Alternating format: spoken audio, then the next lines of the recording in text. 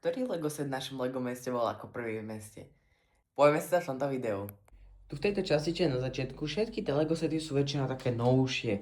Jeden samozrejme tam, čo môžete vidieť, tento karavan. To je jeden z takých tých mojich starších, samozrejme Mrakodrap je jeden z najnovších.